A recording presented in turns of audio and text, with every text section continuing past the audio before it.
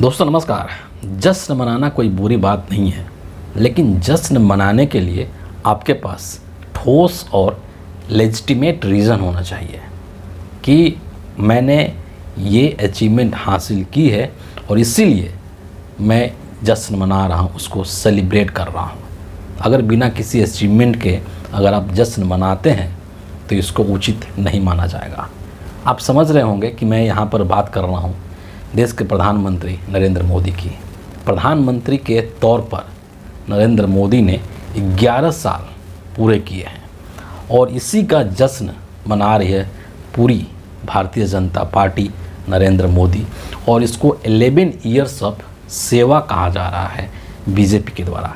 इस मौके पर ये जो जश्न मनाया जा रहा है बीजेपी का, इस मौके पर मैं आपको गृह मंत्री अमित शाह जी का एक ट्वीट शेयर करूंगा आपसे, और फिर इसके बाद हम इस पर बात करेंगे विस्तार से कि क्या वाकई में नरेंद्र मोदी जी ये जो जश्न मना रहे हैं वो मनाना बनता भी है या बस यूं ही सिर्फ एक हवाबाजी किया जा रहा है।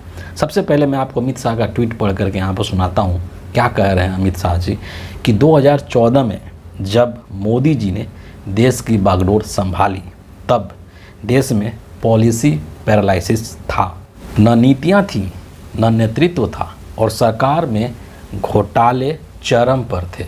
अर्थव्यवस्था जर्जर और शासन व्यवस्था दिशाहीन थी। 11 ईयर्स ऑफ सेवा में मिनिमम गवर्नमेंट मैक्सिमम गवर्नेंस से देश के विकास की स्पीड और स्केल दोनों को बदला गया है। पीएम श्री नरेंद्र मोदी जी ने किसानों, महिलाओं, पिछड़ों, दलितों और वंचितों को शासन के केंद्र में लाए और तुष्टीकरण की जगह सबका साथ, सबका विकास, सबका विश्वास और सबका प्रयास की कार्य संस्कृति बनाई। ये कहना है हमारे गृह मंत्री अमित शाह जी का। अब मैं आपके सामने जो चीज़ें रखने जा रहा हूँ वो बेहद इम्पॉर्टेंट है, बहुत ही महत्वपूर्ण है और इस देश की 70-75% आबादी इससे अग्री करती है। कुछ 20-25-30% जो बीजेपी के नरेंद्र मोदी के अंधभक्त हैं, अगर उनको छोड़ दिया जाए तो पिछले 11 सालों में 2014 के बाद से लेकर के और अभी तक नरेंद्र मोदी ने जो वादा किया इस देश के साथ, जो प्रॉमिस किया इस देश के लोगों के साथ, उसको कितना वो डिलीवर कर पाए, कितना उसको अप्लाई कर पाए, इसको समझना बेहद ज़रूरी है। और मैं कुछ पॉइंट्स आपके सामने यहाँ पर गिनाना चाहता हूँ, आप भी उसको ध्यान से देखिए और उसमें आप ऐड भी कर सकते हैं जो मेरे से छूट गया हो। मैं सबसे पहले स्टार्ट करूंगा 2014 के अंदर जब मोदी जी प्रधानमंत्री बने थे। इनफैक्ट प्रधानमंत्री बनने से पहले उनका ये सब चीज़ शुरू हो चुका था। उन्होंने इस देश से कई सारे वादे किए थे और उन्हीं वादों में से मैं कुछ यहाँ पर आपके समक्ष रख रहा हूँ। सबसे पहले मोदी जी ने जो वादा किया था कि इस देश में प्रति वर्ष 2 करोड़ युवाओं को रोज़गार दिया जाएगा मेरे आने के बाद। इसके बाद मोदी जी ने कहा कि काला धन को वापस लाया जाएगा और जैसे ही काला धन इस देश में वापस आएगा हर किसी के खाते में 15-15 लाख तो यूं ही मैं डाल दूंगा। ये नरेंद्र मोदी जी ने कहा था। 2022 तक किसानों की आय दोगुनी हो जाएगी, ये मोदी जी ने कहा था। किसानों की आय दुगनी हुई कि पंचगुनी हुई, ये किसी से कहने की ज़रूरत नहीं है और ना ही ये किसी से छुपी हुई बात है, बल्कि किसानों का जो एक न्यूनतम मांग है कि हमें एक लीगल एमएसपी की गारंटी दे दिया जाए, वो भी देने के स्थिति में नरेंद्र मोदी की सरकार नहीं है। और उस चलते जो उस कारण से कितने किसानों ने अपनी जान की आहुति दे दी, ये भी इस देश ने, हम सभी ने देखा है। 100 स्मार्ट सिटी बनाएंगे, उसका क्या हुआ? कितने स्मार्ट सिटी बन करके तैयार हुए? मोदी जी ने एक बहुत बड़ी घोषणा की थी, सांसद आदर्श ग्राम योजना। पूछिए, ढूंढिए जा कर के आप कि इस देश के अंदर ऐसे कितने ग्राम हैं, ऐसे कितने गांव हैं जो कि आदर्श गांव बन चुके हैं। ढूंढे, आपको एक भी नहीं मिलने वाला है। मोदी जी अक्सर अपने भाषण में बोला करते थे कि बहुत हुई महंगाई की मार, अब की बार मोदी सरकार। 2014 से लेकर के और 2025 तक आप एक चीज़ का नाम ऐसा बता दीजिए जो कि सस्ती हुई हो इन समय के दौरान 2014 से लेकर के और वर्तमान में 2024 तक। हर एक चीज़ जो है उसकी कीमतों में उछाल आया है, इजाफा हुआ है और बेलगाम तरीके से महंगाई बढ़ी है। और इसी पीरियड में, इसी के समानांतर लोगों की जो आमदनी है वो कम हुई है। मतलब कि लोगों के ऊपर एक तरीके से दोहरा मार पड़ा है। आमदनी कम होती गई, महंगाई बढ़ती गई और इस दुष्चक्र में देश के जो लोग हैं, जो गरीब लोग हैं, वो फंसते चले गए। तो महंगाई पर किसी भी तरीके का कोई कंट्रोल मोदी सरकार के द्वारा नहीं किया गया। सिर्फ ये भाषणबाजी किया गया, सिर्फ ये नारेबाजी लगाई गई कि बहुत हुई महंगाई की मार, अब की बार मोदी सरकार। अर्थव्यवस्था को लेकर के बहुत बड़ी बड़ी बातें नरेंद्र मोदी करते हैं, लेकिन किसी भी पैरामीटर पर खरे नहीं उतरते हैं। जब प्रधानमंत्री नहीं बने थे, रुपया और डॉलर को लेकर के क्या बोलते थे, लेकिन आज रुपया कितना कमज़ोर हो रहा है डॉलर के मुकाबले, ये भी किसी से छुपा हुआ नहीं है। 85-86 रुपया हो चुका है एक डॉलर का कीमत। देश की जो अर्थव्यवस्था है वो एक तरीके से जर्जर है। कहने के लिए हम जापान को पीछे छोड़ चुके हैं, लेकिन वास्तविक स्थिति क्या है वो भी किसी से छुपी हुई नहीं है। जो गैप है, असमानता जो है समाज के अंदर, आर्थिक विषमता जो है वो बढ़ता जा रहा है। अमीर जो है वो और अमीर होता जा रहा है और जो गरीब है वो और अधिक गरीब होता जा रहा है। उसको खाने के लाले पड़े हुए हैं। ये नरेंद्र मोदी का अर्थव्यवस्था है।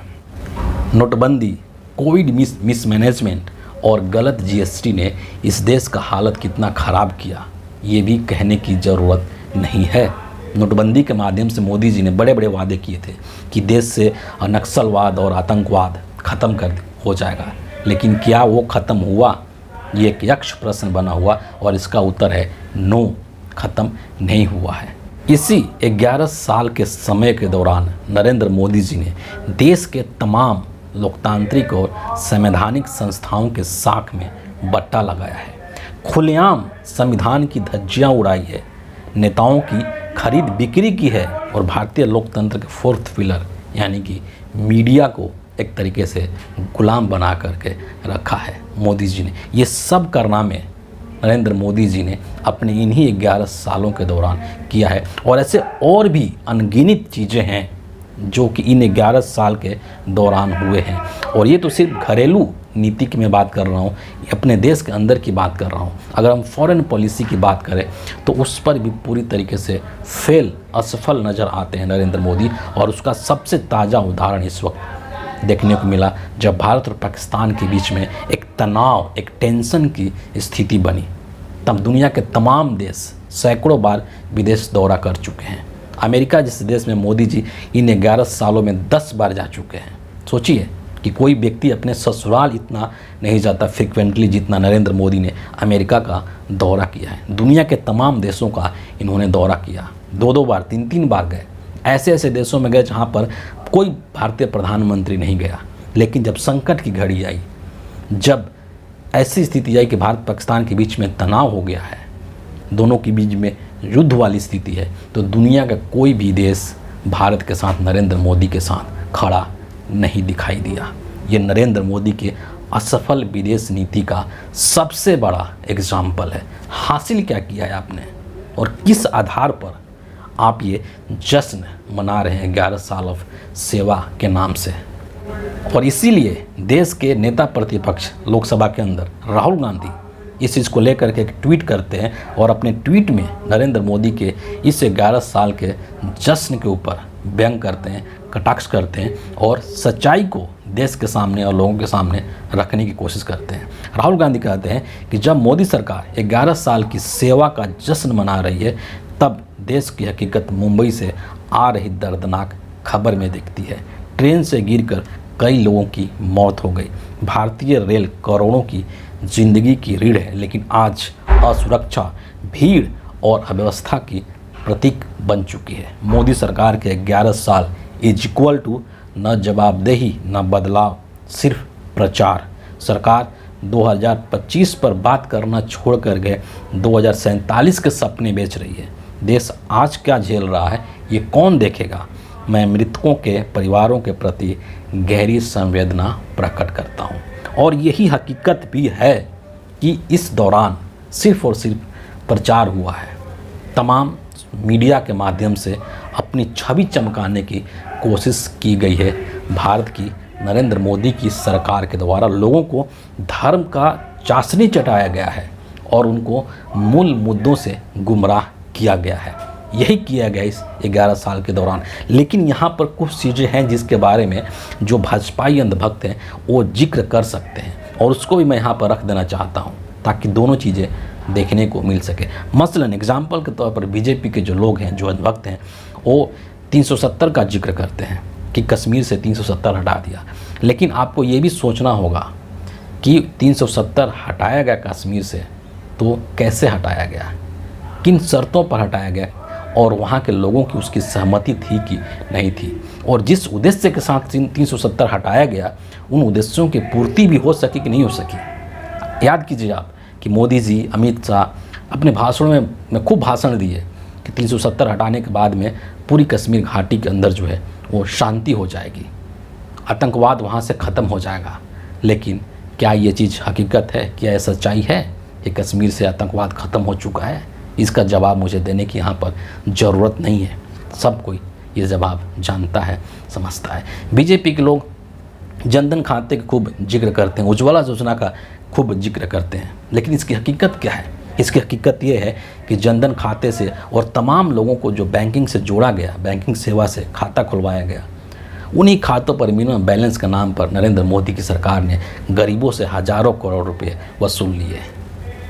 खातों में मिनिमम बैलेंस की समस्या अडानी अंबानी को नहीं होती है, वो गरीबों की ही होती है। तो ऑलरेडी जिसके पास पैसे कम हैं, आप ऊपर से मिनिमम बैलेंस के नाम पर उसको और पैसा काट करके कहीं ना कहीं तंगी में आटा गीला करने वाला काम कर रहे हैं। उज्ज्वला योजना का जिक्र कर करके खूब डिंगे हाँकते हैं कि हमने माताओं बहनों को गैस दे दिया, धुएं में खाना नहीं बनाना पड़ता है। बहुत अच्छा किया, लेकिन गैस दे करके, कनेक्शन दे करके और आपने गैस का दाम इतना ऊंचा कर दिया कि आज कोई भी उस गैस पर खाना बनाने के लिए लायक नहीं है।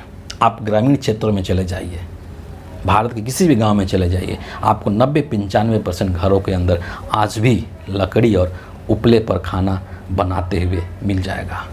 सुबह शाम आपको घरों से धुआं निकलता हुआ दिखाई देगा, जो किस बात का परिचायक है कि उस घर के अंदर लकड़ी पर खाना बन रहा है, कोयले पर खाना बन रहा है या फिर उपले पर खाना बन रहा है, और जो सिलेंडर है उस पर लोग कच्चे बनियान सुखाते हैं। ये हकीकत है, ये सच्चाई है। बोलते हैं कि हमने देश भर में शौचालय बनवा दिए। उस शौचालय की सच्चाई क्या है, जा कर के आप कभी ग्राउंड पर देखिए, तब जाकर आपको पता चलेगा।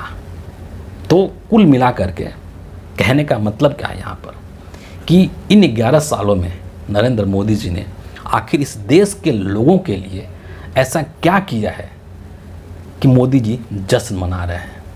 और अगर इस देश के लोगों के लिए नरेंद्र मोदी ने वाकई में कुछ किया है तो लोग क्यों नहीं जश्न मना रहे हैं?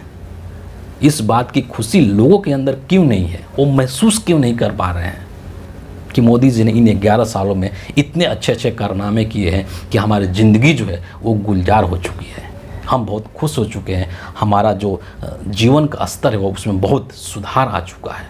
लोग उस चीज़ को महसूस क्यों नहीं कर पा रहे हैं? यहाँ पर कहते हैं अमित शाह कि सबका साथ सबका विकास। आप भूलिए मत कि इन्हीं 11 सालों के दौरान नरेंद्र मोदी जी ने इस देश में सिर्फ और सिर्फ नफरत की राजनीति की है। धर्म के नाम पर लोगों को एक दूसरे का दुश्मन बना दिया है, कट्टरता भर दी है लोगों के अंदर। हर चीज़ में हिंदू मुसलमान, हिंदू मुसलमान, हिंदू मुसलमान। किस बात का जश्न मना रहे हैं नरेंद्र मोदी जी और बीजेपी के लोग? इस पर आप भी ज़रूर सोचिएगा, विचार कीजिएगा। तो फिलहाल इस वीडियो के लिए इतना ही है। अगर आपको मेरे वीडियोज अच्छे लगते हैं तो इसको ज़रूर एक लाइक कीजिए, अपने लोगों के साथ अधिक से अधिक शेयर कीजिए और हमारे चैनल को सब्सक्राइब करके बेल आइकन भी ज़रूर प्रेस कर दीजिए। अगले वीडियो में आपसे फिर मुलाकात होगी, तब तक के लिए बहुत बहुत धन्यवाद।